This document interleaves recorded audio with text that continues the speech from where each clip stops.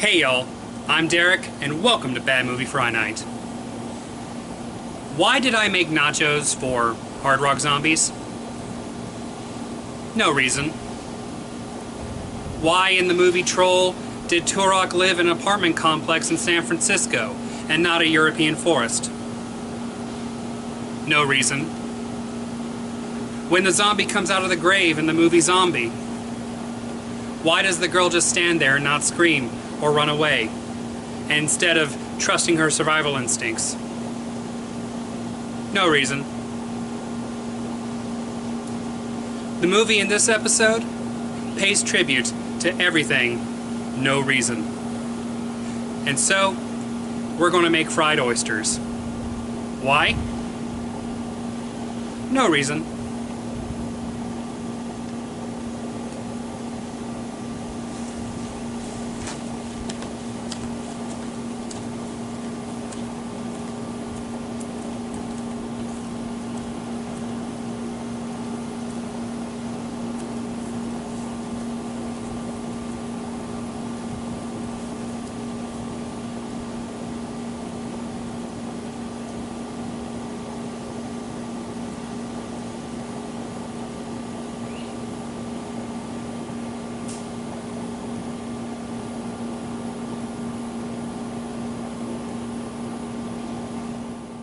Our movie today, Rubber, is an English-speaking film directed by Quentin Dupieux, a writer-director known for his off-the-wall and experimental films. This movie, filmed in Palmdale, California, made its debut at the Cannes Film Festival, where it met with positive reviews, and went on to win several awards at several film festivals, including the Busan International Fantasy Film Festival in Korea, the Sitges Catalonian International Film Festival in Spain, and the After Dark Film Festival in Toronto.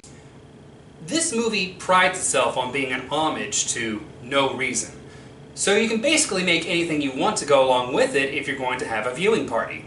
So today, I'm going to teach you how to make a classic party food that's great as an appetizer, a finger food, or even a main course: fried oysters. First thing we're going to do is take a quart of oysters and wash them off. Now you can use fresh or canned, and since I live about 150 miles from the nearest oyster bed, I'm just using cans. So let's get started. The film begins out in the middle of the desert, with a bunch of chairs lined up in the middle of a dirt road. After a few beats, a car drives up, runs over the chairs, and a sheriff gets out of the trunk. Ladies, gentlemen, the film you are about to see today is an homage to the No Reason. Oh wow, this is one of those art house films, isn't it? Well, after that, a character only named the Accountant hands out binoculars to a group of people standing in the desert. This, it turns out, is the in-universe audience of the film. They stare off into the desert and find a junkyard where we meet our main character, a rubber tire. Now, what movie has the audacity to make an inanimate object its main character? This movie. So, now that the oysters are prepared, let's go ahead and prepare our dredge. So what I have for the wet ingredients is 2 well-beaten eggs, to which I'm adding about 2 tablespoons of milk.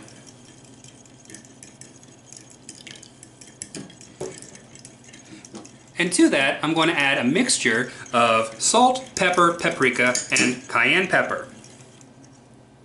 Just a taste. And for the dry ingredients, I'm just using plain panko breadcrumbs. Now, if you want to go completely southern with this recipe, the traditional way is to use cornmeal. I personally don't favor it, but go ahead and give it a try if you like. Okay, well, our tire gets up and teaches himself to roll around. He has a merry old time until he finds an old water bottle and proceeds to roll over it. Now, what's really interesting about this scene is how, even though the tire has no emotive capabilities, we can feel its growing joy at destruction through the use of the camera and the soundtrack. I'm not going to lie, it's a pretty engaging sequence. Well, the tire soon comes across a beer bottle and realizes it won't break if he rolls over it. So somehow, it concentrates hard enough to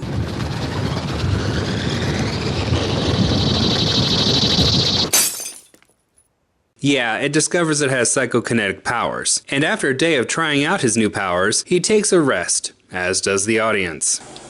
So while they catch up on a little shut-eye, let's fry these oysters. Put the oysters in the egg, and then the breadcrumbs, and then drop it in hot oil. And you want to cook these for about 2 minutes, until they turn golden brown and start to rise. After waking up, the tire, okay, I'm going to just call him what he's called in the credits, Robert, heads to the road, where he sees a girl driving a car. He tries to blow it up with his mind bullets, but it only makes the car stall. As the girl tries to start it up again, Robert moves closer, only to be run down by a guy in a truck, giving the girl enough time to escape. Robert, obviously enraged by the truck, I mean, look at that face, follows the truck to the gas station and kills the driver. Then, following the plot, Robert follows the girl to a hotel, proceeds to watch her shower, then moves into the next room. Okay, Robert, we need to talk about boundaries. I mean, blowing people's heads up from 10 feet away is one thing, but this is getting into stalker territory. And we also see the accountant is staying in the hotel, where he gets a phone call and... Lee? I understand perfectly.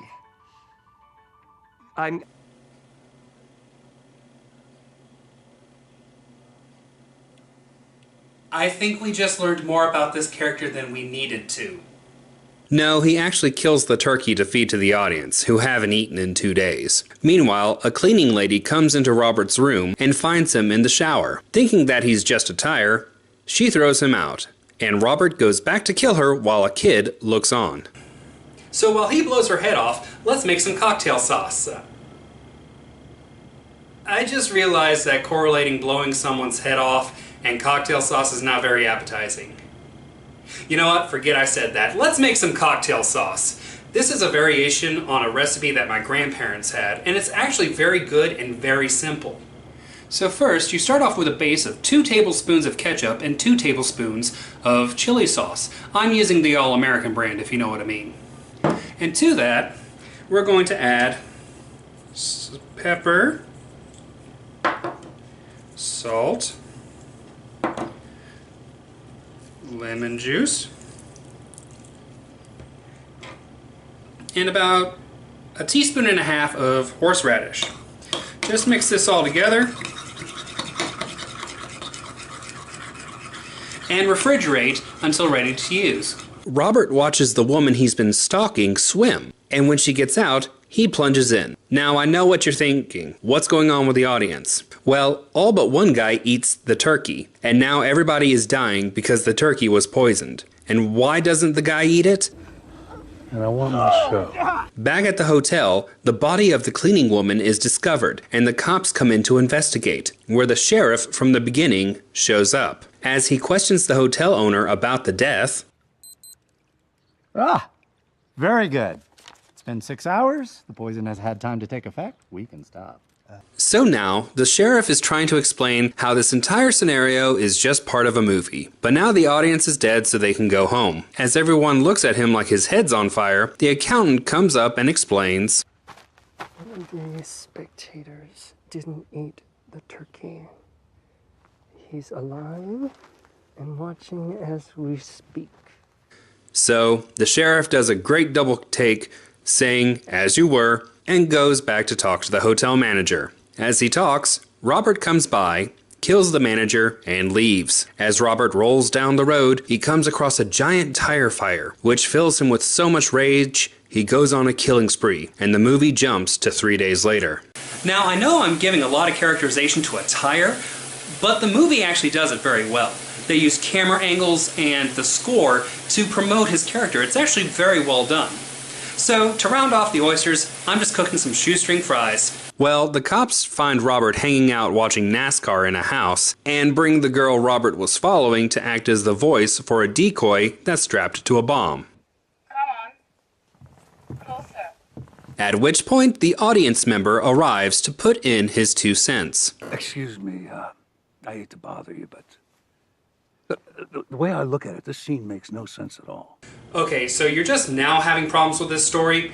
It's about a killer tire that falls in love with a woman and goes on a rampage. What about this current situation doesn't fit in? Well, Robert blows up the mannequin, which doesn't trigger the bomb. So the sheriff goes in and just shoots Robert, passing the tread to the audience member. But just as you think it's over... It's not the end! He's been reincarnated as a tricycle! He's a tricycle. Why?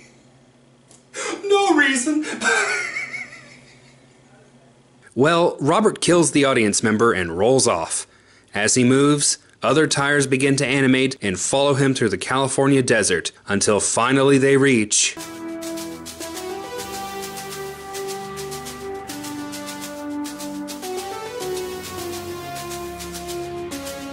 And that's the end of the movie. So let's plate our oysters. What I do is I get a shallow bowl and pile one side high with the oysters, one side high with the fries, and then put a little bit of our cocktail sauce right in the middle.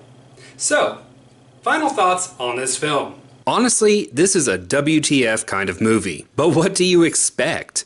It's a movie about a killer tire. But all in all, I like this film a lot. The story is postmodern and original, playing with the roles of the audience and the art form, but also very funny. The pacing is slow, but you can forgive it because of the visuals. And speaking of the visuals, this movie is actually really beautiful. The camera not only captures beautiful still shots of the California desert, but also acts as an extension of Robert's characterization. If you don't think watching an old tire run through the desert can be an entertaining movie, I recommend this movie to change your mind. In fact, I recommend this movie anyway because it is so much fun. So gather up your friends, make some really good food, and enjoy this movie. Why? No reason. Well, thanks for stopping by, and thanks for tuning in, and come back later to see what Bad Movie Friday Night is cooking.